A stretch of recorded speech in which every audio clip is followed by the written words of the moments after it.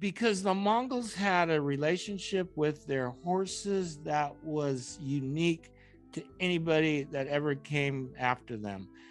Their horses were such a part of their life. They grew up when they were 5 years old riding it, and they could, shoot a bow while bending down over it. Well, I guess the Comanches did that too. But the crazy thing about the horses and the Mongol, when they went to war, they didn't just have one horse. They had, a bunch of horses, and the horses knew, like, you didn't have to have a rope to get the horses would just like, oh, that's my guy. And they would just follow that particular Mongol. And could you imagine there's like 50,000 Mongols and 250,000 horses, and the horses all know who they belong to. Think about that. That's insane. That's never.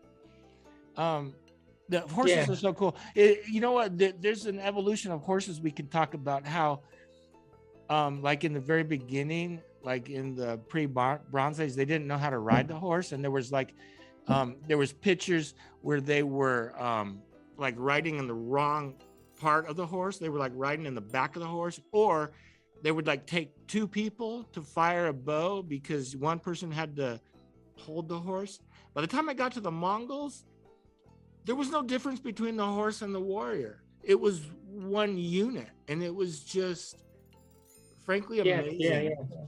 And they could live on their horses for days. And they did have a stirrup, right? Which is, I mean, people think that's a common thing, but that was a big technological breakthrough because you could put your feet on, you could plant yourself. But they learned to shoot their bow while the horse had all 4 feet off the ground, right? So there was they could get a clean shot, and they could shoot while they were at full trot. They could shoot a bird out of the air, right? I mean, and they had the composite bow. What's interesting about their bow too, they had different bows. They had like bows for like long distance, strong, warriors. They had strong bows for like forest fighting, but they also had a bow which was called like a whistling bow, and that's one of the ways they communicated with each other over the plains, right? There was no arrow on it, so you could shoot it at your own people, but it's coming at you, and the way it whistles, right, it tells you on here, or turn left, turn right. It was like a long distance communication thing, which I thought was No pretty way. cool. That's the first I've ever heard of that, because that's one of the key things that I think is missing is how they communicated, which we'll talk about in like part 2 and part 3 when they leave Mongolia. Yeah.